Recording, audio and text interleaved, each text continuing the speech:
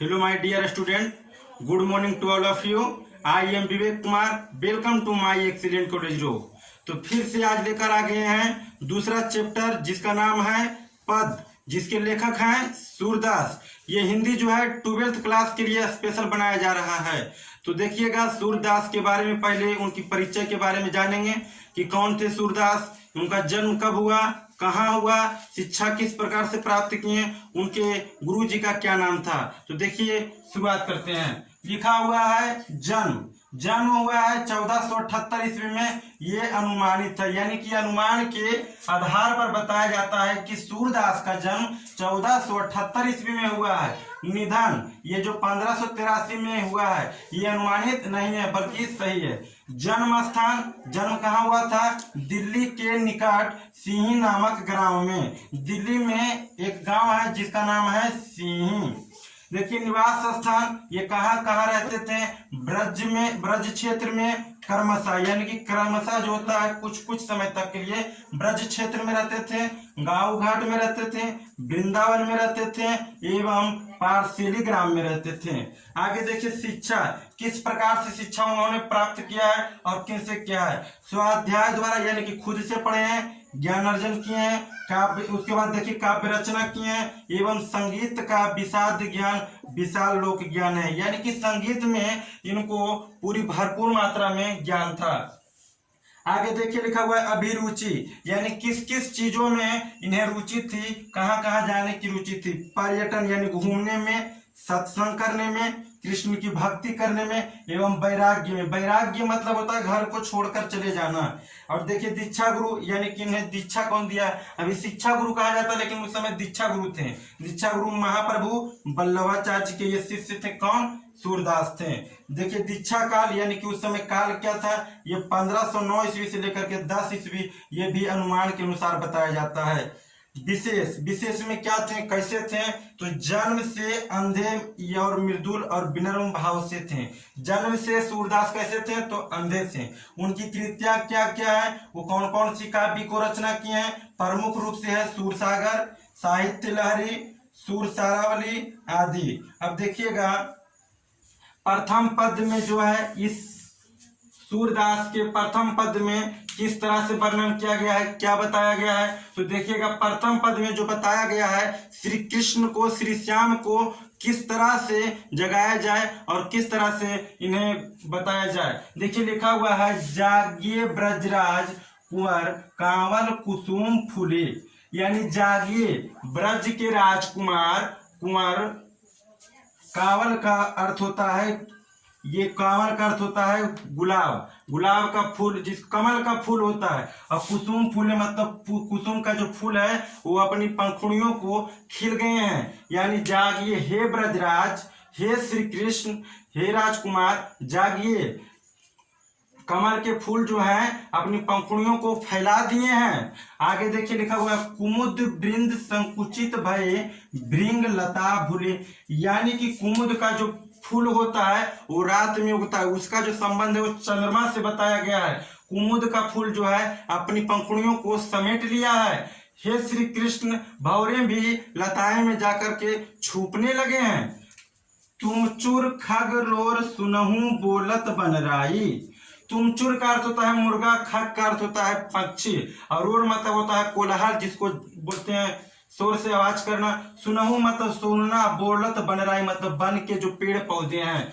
मुर्गा एवं खग और बिहग जो है कोलाहल कर रहे हैं. जब सुबह होता है, जब सवेरा होता है, तो उस समय देखिएगा कि पशु पक्षी जो होते हैं आवाज करने लगते हैं, गाने लगते हैं. बोलत बनराई, यानी कि बन के जो पेड़ पौधे हैं वो भी बोल रहे हैं, उन्हें जगाने के प्रयास कर रहे हैं. किन्हें? श्री कृष्ण को. इस पंक्ति के माध्यम से बताया गया है. रामभती गो गारीखनी में बछरा हितदाई. रामभती गो गारीखनी में, यानी कि गौशाला में गाय भी सवेरा होने पर बछड़ा को दूध पिलाने के लिए दौड़ी हुई चली जा रही है. विधु मलिन रवि प्रकाश गावत नर नारी.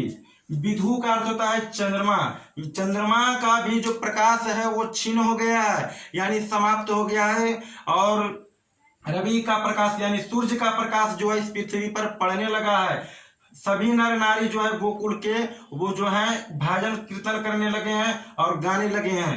देखिए लिखा हुआ आगे, सूर्य श्याम प्राप्त उठो अंबुज कर धारी, हे सूर्य श्याम, हे श्री कृष्ण, प्रातः काल हो गई है, अब आप जाग जाइए। इस पंक्ति के माध्यम से बताया गया, ये पहला पंक्ति जो पद है जिसमें श्री कृष्ण को जगाने का प्रयास किया गया है। और देखिए जो दूसरा पद है इसमें श्री कृष्ण को जो खाना खिलाने के बारे में किया जा रहा है, इसमें किस तरह से इनको भोजन कराया जाता है, किसके गोद में बैठाया जा रहा है।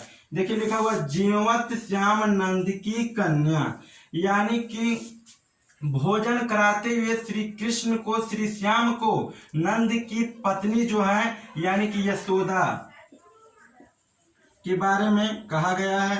आगे देखिए लिखा हुआ है, कछुक खात कछु धरनी गिरावत, छवि निरखती नंद रनिया। ये जो है वात्सल्य भाव से लिया गया है। ये जो दोनों पद है ये वात्सल्य भाव से लिया गया है।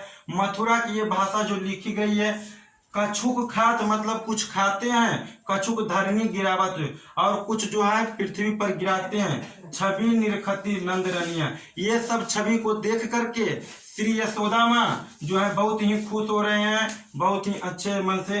देखिए आगे लिखा हुआ, बड़ी बड़ा बेसन बहु रामवती व्यंजन विविध अंगनिया, यानी बरी से बना हुआ बेसन से जो बरी बनता है वो बहुत तरह के व्यंजन बनाए गए हैं और उन्हें खा करके बहुत ही चाव से खा रहे। कौन? श्री कृष्ण खा रहे हैं।